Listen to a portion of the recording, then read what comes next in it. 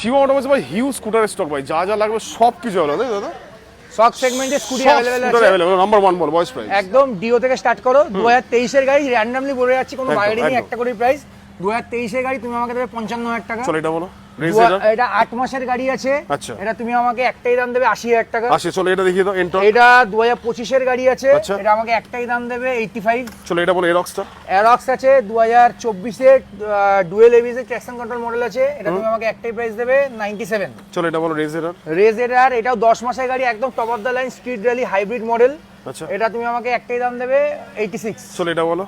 Fascino S 2024 এর গাড়ি আছে, E20 ভেরিয়েন্ট, একটাই দাম দেবে আমাকে 53। অ্যাক্টিভা 5G 2020 সিরিজের গাড়ি আছে, এটা আমাকে একটাই দাম দেবে মাত্র অনলি 48।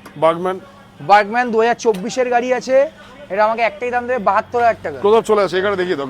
গ্রাজিয়া 2023 এর মডেল গাড়ি আছে, 125 সিসি ডিস্ক ব্রেক মডেল, একটাই দাম দেবে আমাকে 55 অনলি। মাইস্ট্রোটা বলে দাও। মাইস্ট্রো 2025 এর গাড়ি আছে, একটাই দাম দেবে আমাকে 53,000 টাকা।